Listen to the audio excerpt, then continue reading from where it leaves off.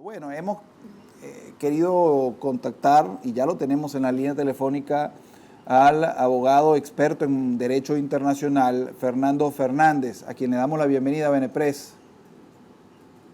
Muchas gracias, encantado de saludarte.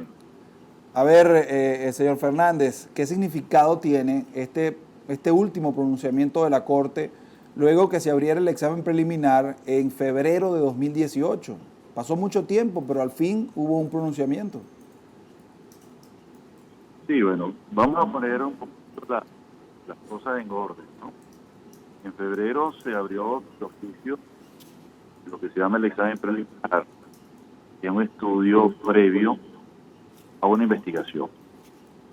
Se trata de una fórmula procesal para determinar 4 elementos fundamentales previos al inicio de una investigación. Primero, la verificación de la verosimilitud de los hechos. Acuérdate que estamos en un tribunal que está a distancia de Venezuela, ¿no? Y entonces se requiere, pues, con mucho detalle, con mucha precisión, qué fue lo que pasó. Entonces, eso ya, pero se entró en la segunda fase, que tiene que ver con la determinación y esos hechos tienen entidad jurídica, es decir, si se corresponden o no con los tipos penales establecidos en el Estatuto de Roma. Esto quiere decir que se trata de un trabajo de eso.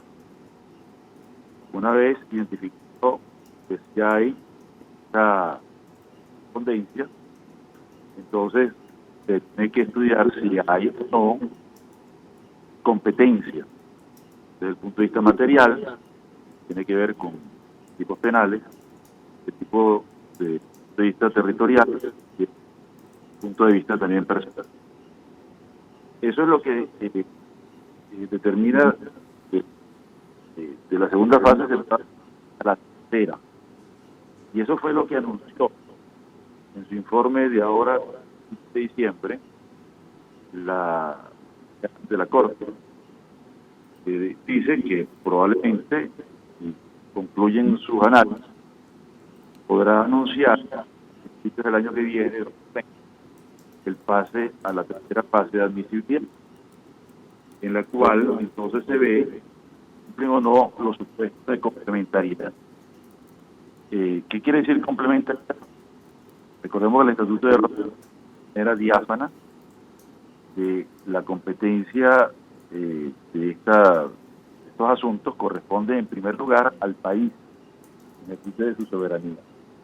Y solo si se determina que el país no puede o que el país no quiere, entonces es cuando la Corte entra en pleno ejercicio de su capacidad de juzgar.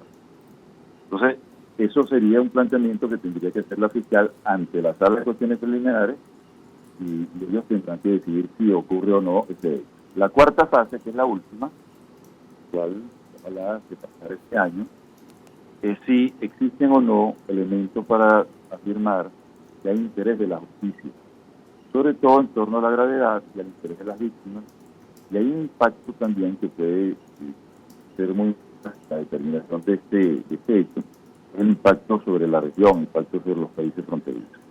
Eso es, digamos, lo que está determinado pues en el Estatuto de Roma y la regla de procedimiento y prueba, y también la jurisprudencia y la práctica institucional de la Fiscalía. Una vez que se pase a eso, bueno, se iniciará la investigación y es cuando se abre pues el proceso de acopio de pruebas. Las pruebas tienen además todo un rigor. No sé si quiere que lo dejemos allí y me hace alguna pregunta para entrar en este tema de los aportes probatorios, ¿no? En esa fase de recepción de pruebas o en ese ámbito probatorio, ¿podría venir al país una comisión de la Corte o eso no es así? Sí, claro.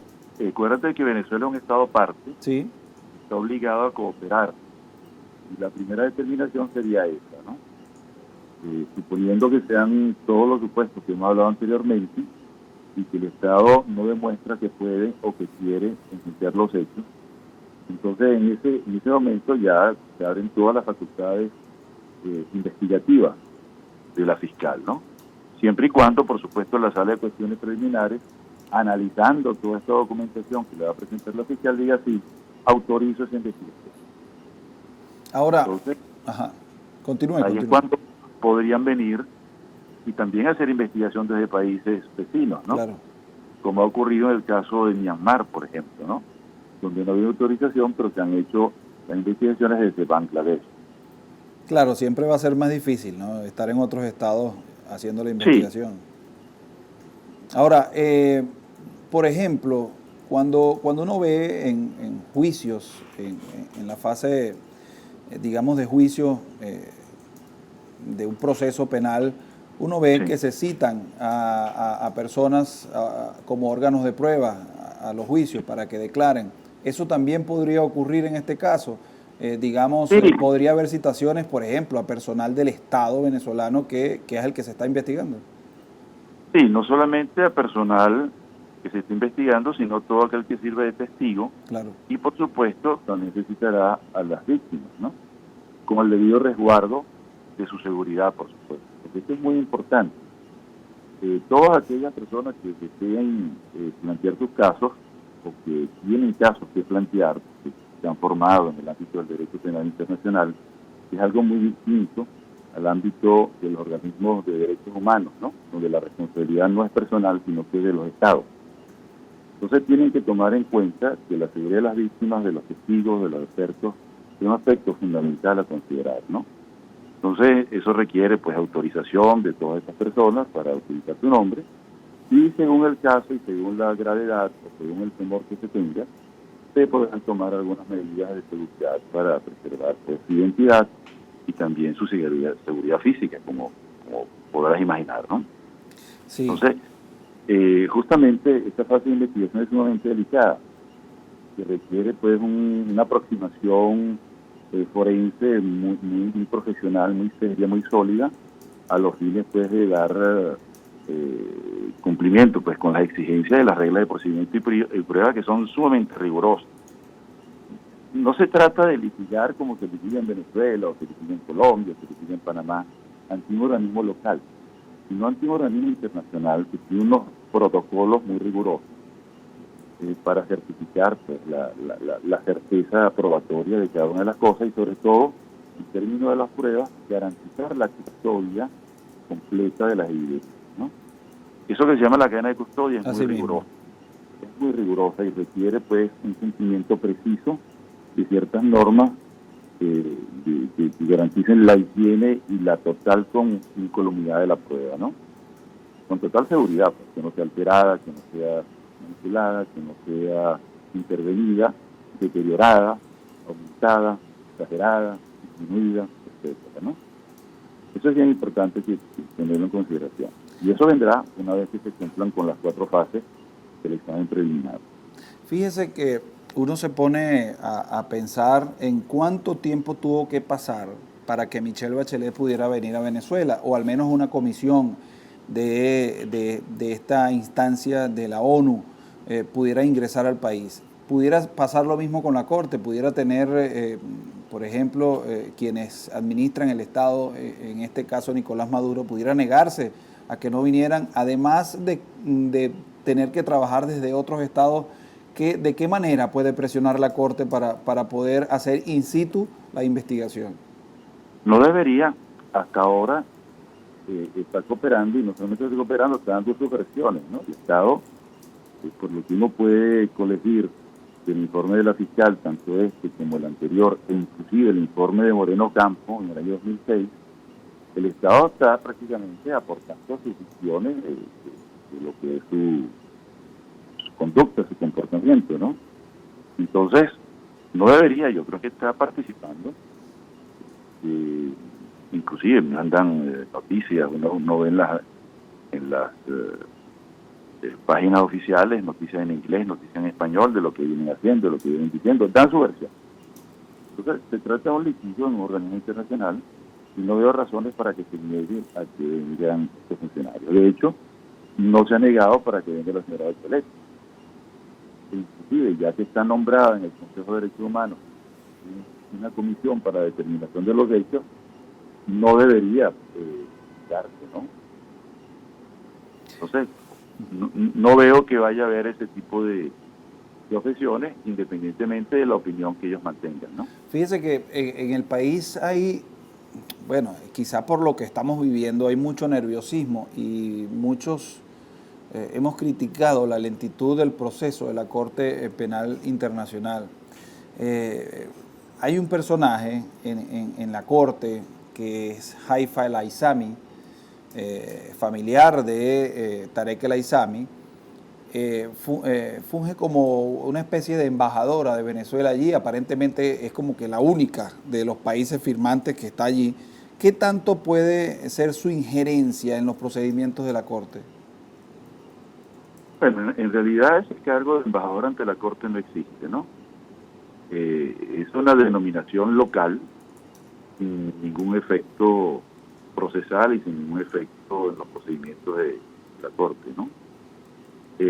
Bueno, y está embajadora ante los Países Bajos, un tratado de armas químicas, ese tipo de cosas.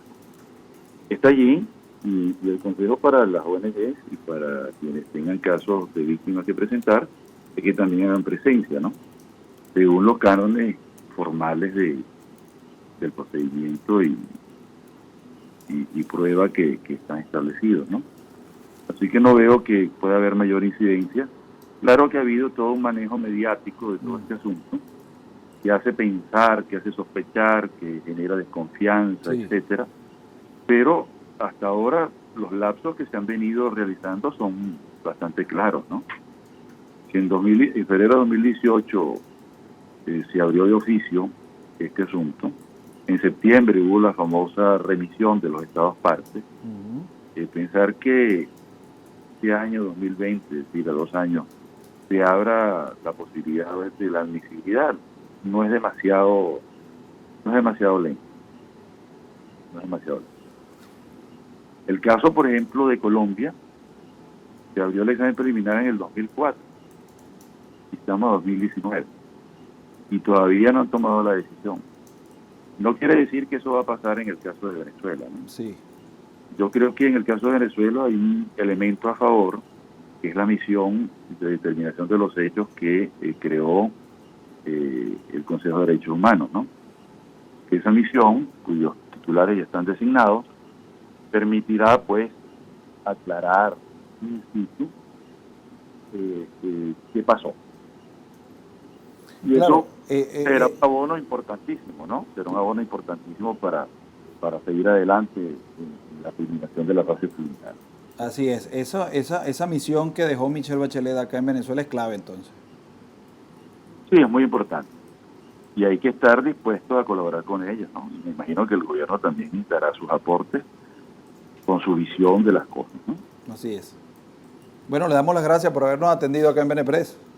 Por nada, tiene un gran abrazo. Muchas gracias por llamar. Bien, ahí escuchaban a Fernando Fernández dejándonos claro todo el procedimiento que sigue la oficina de la fiscal y la Corte Penal Internacional en el caso Venezuela, además colocándonos algunos ejemplos que nos dejan claro, ¿no? De los procedimientos, desde dónde se puede continuar aun cuando el régimen sigue con su negativa o coloque trabas, además de ejemplos de tiempos diplomáticos, algunos muy largos, algunos muy cortos, y que, bueno, aparentemente en el caso de Venezuela se ha actuado con diligencia, a pesar de que nosotros cada día que pasa pareciera un siglo en medio de toda esta situación que vivimos.